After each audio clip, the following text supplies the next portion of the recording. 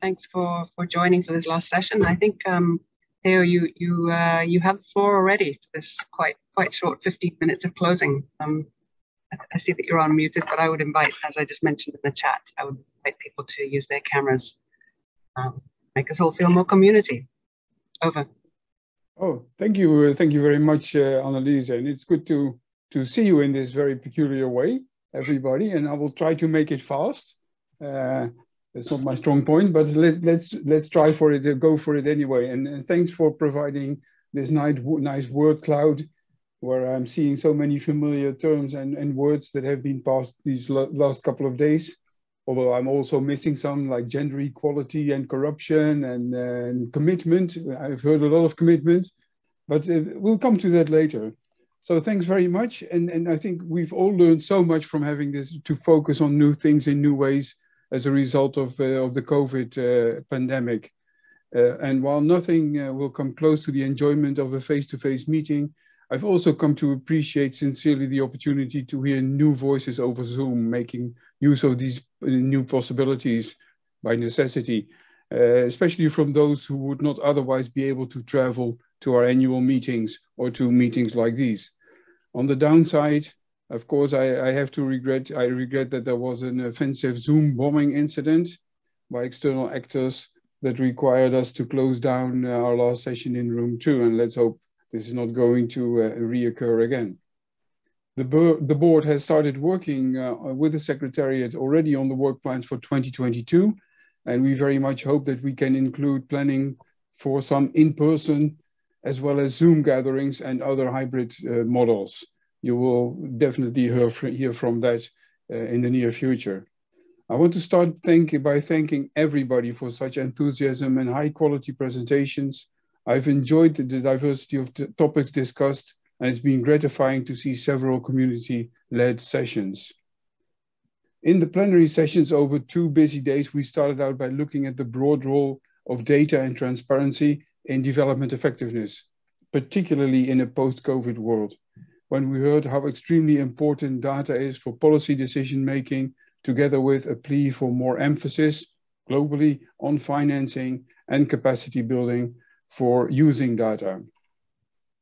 Other sessions gave EATI more pointed recommendations for its 2022 work planning, and as a governing board, we'll be taking those forward together with the Secretariat. For example, OCHA's lessons learned from tracking and using COVID-19 EATI data.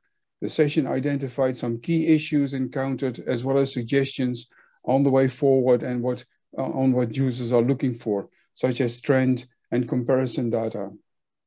In today's opening session, we heard different perspectives on yet another important question of balancing responsible transparency, maximizing openness while minimizing harm, led by our US colleagues. I didn't hear a strong call for EATI to provide new guidelines in this area, since organizations are guided already by their own protocols. But as our moderator Melinda indicated, the consultation is ongoing and continuing, and I do encourage everyone to participate on EATI Connect in this very relevant topic. Another lively conversation took place this morning around EATI's key piece of work for 2021 on the building of our own data quality index. Comments ranged across the needs for using this to build trust in our data, and there were divergent views on whether including some kind of scoring of publishers was helpful or not. Also, they're looking forward to the routes we are entering into. In a sign of our strong and growing network, we heard from the Bern Network and Open Data Watch about the new clearinghouse for financing development data. Launched a week ago at the UN World Data Forum, which draws upon EATI as one of its data sources, along with our colleagues from OECD DAC, the World Bank, and Open Data Watch. I look forward to catching up on some of the many parallel sessions I was unable to join because they were parallel, and I encourage you to do the same. English versions of the presentations and recordings will be shared through EATI Connect over the coming days. As chair, I want to announce to our members that we are planning to hold our next members assembly on the 8th and 9th of December, virtually. And I ask you to already mark these dates in your calendar. We'll also share information through our on this through our regular members bulletin. It only remains for me to extend my sincere thanks to all the speakers, moderators, translators, members of the Secretariat, organizers for their work in making this a great event. And with that, I think I've used too much of your time already and have my share of the closing session. Thank you. I'll pass on to Annelies, I think. Yes? Thank you very much, Theo. And we had nothing more. The floor was yours. So I think we can close out at this point and thank our participants all the way across the world. I'm seeing our colleagues even in New Zealand, so it's a very, very ugly time of day for them. But as Theo has mentioned, we will follow up with more information both on our upcoming assembly. We'll also be sharing presentations and recordings, certainly the English versions on Connect over the next few days. But from me, wholehearted thank you to everybody for joining. And let's have a nice smile and a family photo if we can.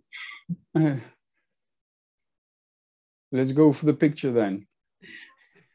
Not sure who's pressing the screen capture, but please somebody.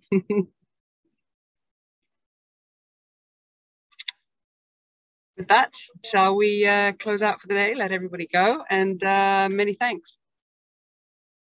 Thanks very much. Thanks, everyone. Bye-bye. See you. Bye. Bye. Bye.